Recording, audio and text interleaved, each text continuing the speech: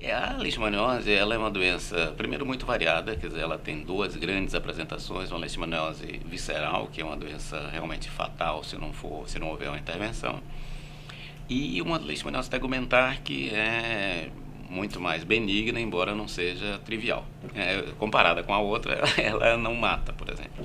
Acaba o paciente tendo cura, mas isso são meses de doença e problemas. Então, e eu nem vou entrar em variedades das formas mais graves dessa, mas só para dar o panorama, o que a gente chama de leishmaniose, na verdade, isso é muita doença. São várias doenças.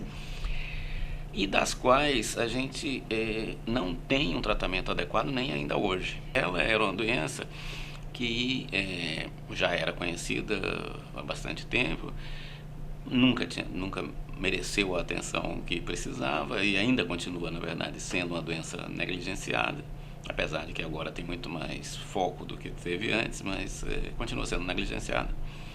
E o desconhecimento que se tem sobre o próprio parasita, como ele resiste ao sistema imune, etc., continua muito precário para a gente. Por exemplo, todas as tentativas de vacina, que foi uma das coisas que eu trabalhei, nós temos vacina hoje que não são satisfatórias, são vacinas eventualmente que dão uma proteção que não justificam o uso em grande número da população. Então, na verdade, não é uma vacina pronta para ser utilizada do ponto de vista da população. E isso decorre de mecanismos, de desconhecimento dos mecanismos que levam à proteção. Não tem nenhuma vacina contra a doença parasitária. Quer dizer, os parasitas são muito espertos, mais espertos do que os vírus, dos quais a gente consegue desenvolver vacina. O que mostra que tem várias coisas aí, mas existe um desconhecimento do mecanismo de proteção que o homem usa realmente para se proteger dos parasitas. Então, claramente, digamos, a essa altura são o quê? 40 anos quase investidos no estudo de leishmaniose, quase 40 já.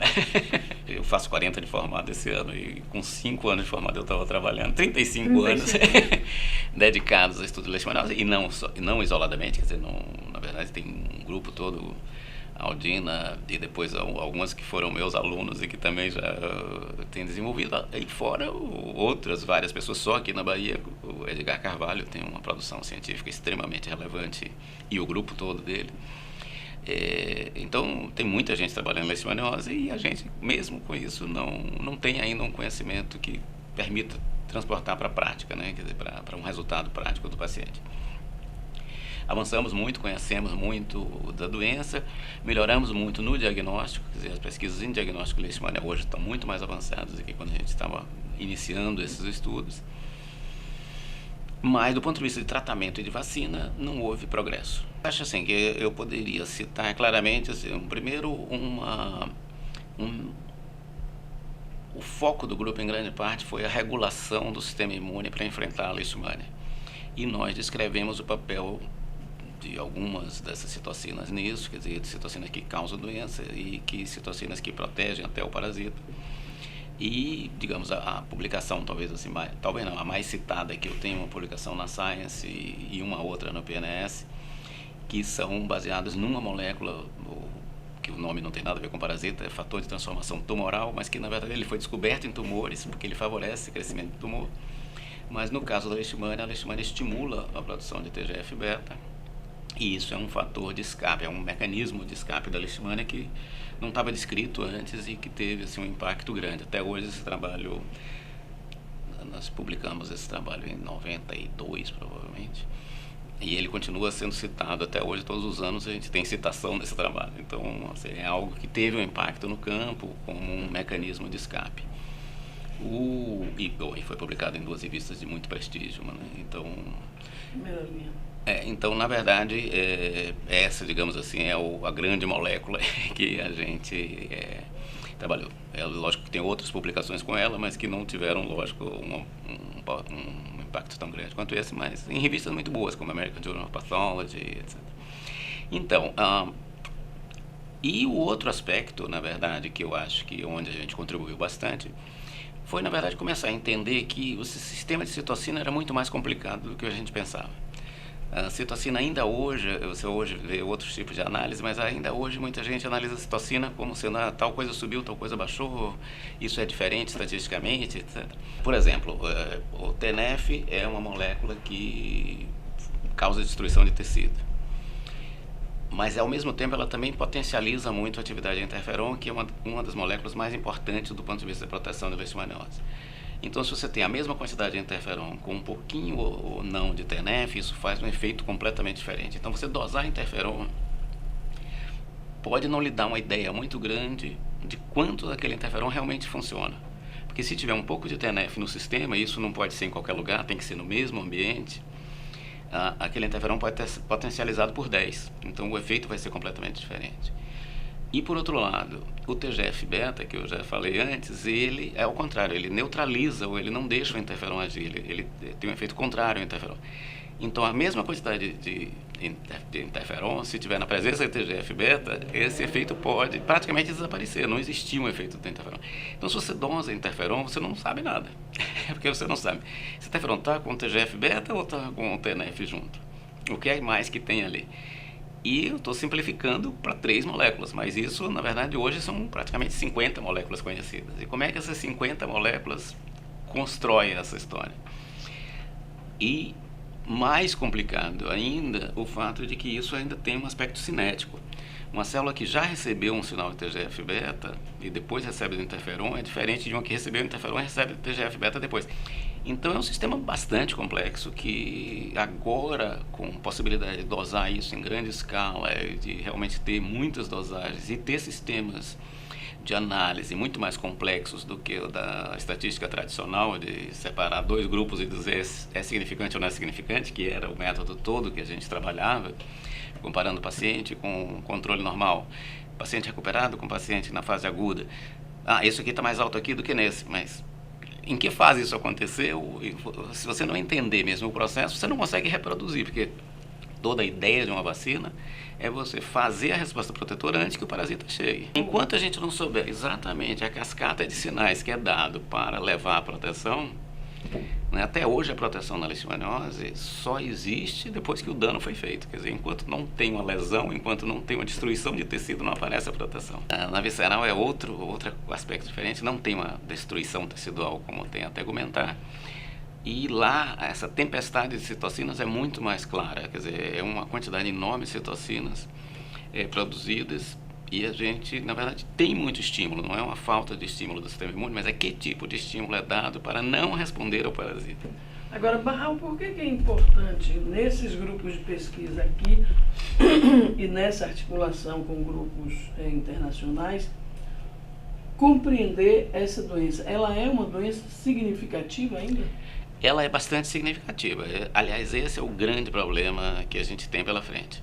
Nesses anos todos de investimento em estudo de leishmaniose, a leishmaniose está se espalhando pelo Brasil. A leishmaniose visceral, ela, em grande parte, hoje ela já está desde o Rio Grande do Sul até o Nordeste. Durante muito tempo ela ficou muito restrita ao Nordeste, mas hoje ela é um problema no Centro-Oeste, é um problema no Sul.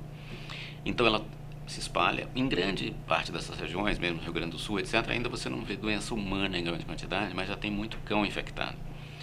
E a doença canina é um sinal de que a doença humana aparece algum tempo depois, porque os cães são mais expostos, porque são mais expostos aos vetores. Aqui entra o outro ponto em relação que é um aspecto interessante do estudo do nosso grupo. Aí eu falo grupo mesmo, porque na verdade não sou nem a liderança nessa área de estudo, é mais de Aldina do que minha. Mas nesse meio tempo nós estabelecemos aliás, isso não me lembro exatamente o ano, mas em algum momento a Aldina ficou muito interessada nesse estudo da saliva do vetor. O Zé Marcos Ribeiro, um pesquisador brasileiro, mas que radicado nos Estados Unidos, uma pessoa brilhante, ele foi uma das primeiras pessoas porque ele já estudava, na verdade, insetos, ele demonstrou que a saliva da leishmania tinha um efeito que a saliva do vetor, do flebótomo, podia potencializar a infecção pela leishmania. É muito eficiente na transmissão, porque quando você vai numa área endêmica, que tem muitos casos de leishmaniose, você pode, a cada 10 mil mosquitos, só ter um infectado. E, no entanto, ele causa... Então, são muito eficientes nessa transmissão. E uma parte disso é essa questão da saliva. Na presença da saliva do flebótomo, a leishmania se estabelece muito mais fácil no hospedeiro, no homem, vamos dizer. Também no cão, mas o que importa para a nossa conversa é o homem. Então, entender isso, o que é que existe na saliva, como é que essa saliva compromete a resposta imune, por que a saliva não deixa a resposta imune funcionar eficientemente. Isso dá um tempo à leishmania de se estabelecer, dá um tempo dela entrar no macrófago, onde ela realmente vai viver, e sem enfrentar essa primeira resistência do homem.